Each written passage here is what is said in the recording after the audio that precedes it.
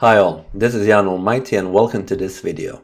So in this video we have something different because, as you all know, it is the rest day in the candidates, so I decided to, let's say, just look into what is happening elsewhere, of course related to chess. So yeah, as I said, the rest day is in the candidates. Caruana is still in the lead, half a point behind him is Mamedyarov. And what is really exciting is that they are actually playing against each other tomorrow. So I will definitely watch that game and I'm really looking forward to the outcome. Maybe it could determine who of them will Mamedyarov maybe catch Caruana, or will Caruana get that 1.5 point lead, which will be, I guess, at this point pretty much enough to actually win the tournament. But okay, enough about that. We will see more about that tomorrow. But today, as I said, I kind of searched the interwebs, looked into what else is happening in chess world, and it seems that other people are also playing chess. Even though there is a candidate, so not all of them are just watching and waiting for the candidates to play each other. There is actually one other tournament, and it's really strange to me that this tournament is held at the same time as the candidates. So the individual chess championship of Europe, and yeah, it is played in Batumi, Georgia, as you can see, and we have a vast range of very strong players. So the first guy by rating is Dmitry Yakovenko with rating over 2,700.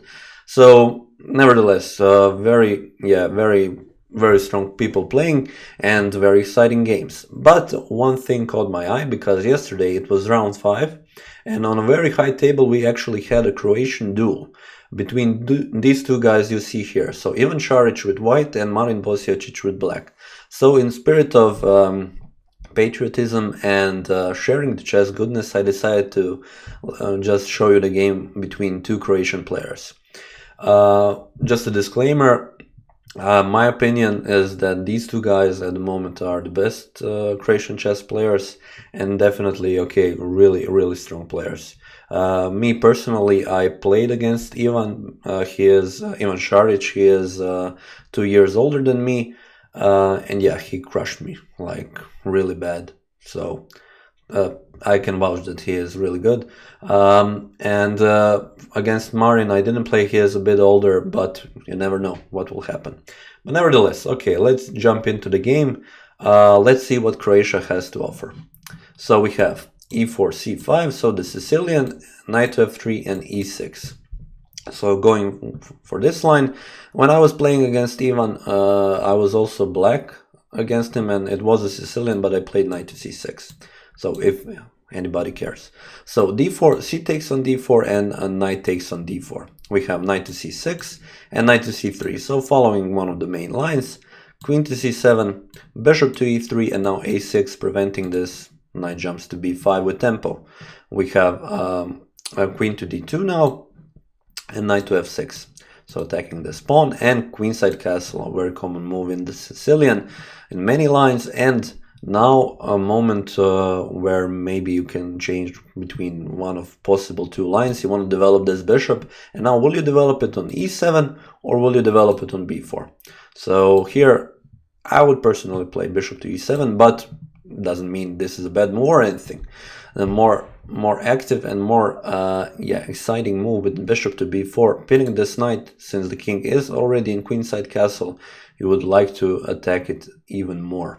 So of course this pawn is attacked, and you want to play something like f3, which was played. And now this is a very interesting position, because Marin here played castles, but there was actually a game between Magnus Carlsen with white and Vasily Ivanchuk with black, where Ivanchuk decided to play knight to e7. So a bit of a different idea, since here one of the main moves that you want to make in a Sicilian is d5. And Ivanchuk went for this idea. Other ideas, of course, you don't have to play d5. Sometimes you play d6, especially if the bishop is on e7, or you just go b5, bishop to b7. So it really depends about the variation and what is your preference. So let me just quickly show you what happened in that game. We have knight to b5, so d5 right away, and now e5. Doesn't seem that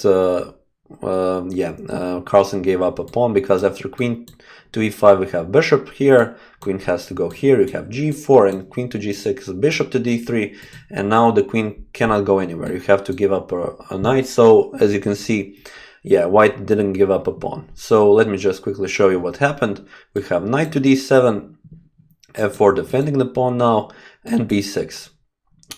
We have bishop to d4 and knight to c5, a3 and knight to e4 attacking the queen and the knight. The knight is pinned, queen has to go to e1, and now after all of these exchanges, Ivanchuk kind of messed up Carlsen's situation on the queen side and went on to win the game. So it is possible with this different idea. Yeah, Carlsen didn't manage to go out of it. It was 2013, but I guess after that people probably analyzed this line, and yeah. But nevertheless, good on Ivanchuk, and let's get back to this game. We had castles by Bosiocić, and now, as it is in Sicilian, white plays g4 in this kind of a setup when black goes to castle, and on the other side we have b5. So it's the race of the pawns. We have g5 right away, and now knight to h5. Now the problem of this knight, it is on the border and he doesn't really have squares to go to. So the idea of white will be push f4 and bishop to e2.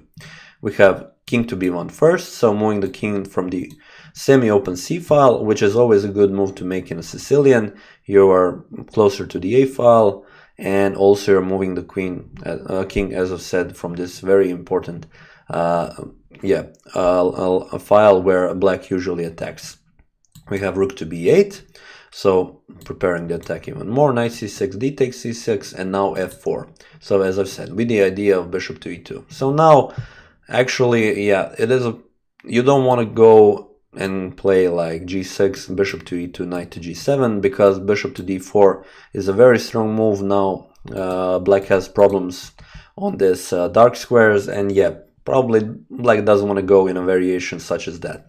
So here, Bosiocić kind of disregarded this move and he played c5 to open up the position for this bishop to attack on this line, on this diagonal. We have now bishop to e2, of course, and g6, bishop takes on h5, and g takes on h5. So after all of this, we can see that even though, yeah, the material is equal, but black is a little bit worse since the g file, okay, it isn't open, but can become open really soon, and Šarić wants to do it, so he plays f5. You don't want to take because of bishop to f4 attacking the queen and the rook. Bishop to c3 doesn't work because you capture the queen, capture, and after all of this, yeah, this bishop is attacked. So if both of them move the bishops, black is still the exchange down, but the game isn't lost, but white is better. But you don't want to take it here. We have bishop to b7 and now g6. So as I've said, you want to open up the g file and take advantage of the king's position here. We have f takes on g6 and f takes on g6, and now bishop to c3. Maybe better in this position was to capture on g6, because now, yeah, the knight is still pinned and this pawn is attacked. So probably the best move here is queen to g2, getting out of the pin and, yeah, defending the pawn. Bishop c3, and now also the white queen side is messed up, and queen to g7 defending the pawn, also attacking here. It looks nice for black, so much better than the position he ended up in, but okay, nevertheless, let's see what happens later. Bishop to c3 captures, and now this is with tempo. King is in check, king has to capture, and now queen to c3. This pawn will fall nevertheless, and we have bishop to e4. Rook has to move because it's attacked, and you will put it, of course, on the h file. Now rook to g8 doesn't work because queen to f6 and queen to h6 is a big threat. Cannot really go against it, and black would be much worse in this position.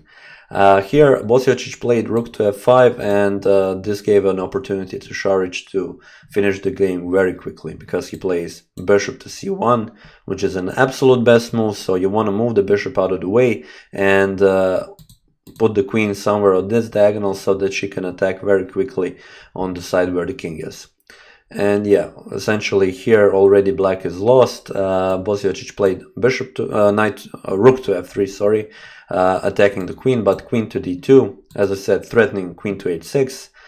black can already resign here, but okay, Bosiocić plays a couple of more moves, king to h8, and we have b3. So opening up this for the bishop, so the bishop can give check on this diagonal. We have the other rook comes to the f-file, and now we have queen to h6 check, bishop to h7 is covering, doesn't really matter even if the queen covers. So then we have bishop to b2 check, we have e5, bishop to e5, and now, okay, if you cover with this rook, you have queen captures here, and this is checkmate. And if the other rook covers, then you have rook to d8 checkmate. So in a sense, covering with the queen doesn't work, but also with the bishop, which Šarić will show, because he plays this beautiful rook to d7 sacrifice. And now in this position, actually, Bosiocić resigned the game. And the reason is because after queen captures, you have this bishop to b2. And now if rook goes here, you have this capturing of the rook and checkmate. So that isn't good. If you have queen going here, then you have bishop captures. And if pawn captures, then you have queen g7. Essentially, all of the moves lead to black being checkmated. Even e5. You have bishop captures, and now once again, whichever rook defends, you have this check and checkmate. And even if this rook, so after this, even if this rook defends, you have once again this, because the rook is pinned, and checkmate. So yeah, a very nice chess Croatian miniature in 27 moves. After rook to d7, as I've said, Bosiocić resigned the game, but don't let this fool you. I will tell it right away. Marin is a very strong chess player, and losing in this amount of moves, it can just happen to everybody. It isn't a good representation of the strength of this very strong Croatian grandmaster.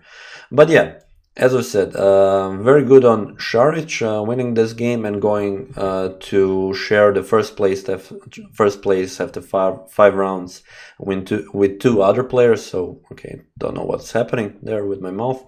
And yeah, so 4.5 out of 5.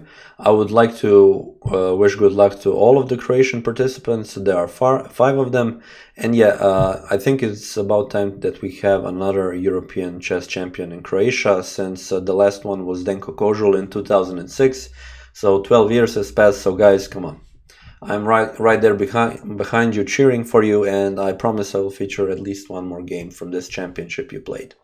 And also one other, let's say, fun fact that I want to mention is, as I already mentioned, that line where Vasily Ivanchuk beat Magnus Carlsen. Actually, one other Croatian chess player, Sasha Martinovic, is playing in round 5 against Vasily Ivanchuk. So I will definitely check out that game as well. And that is pretty much it for this video. I would like to thank you for watching it, and I will see you next time.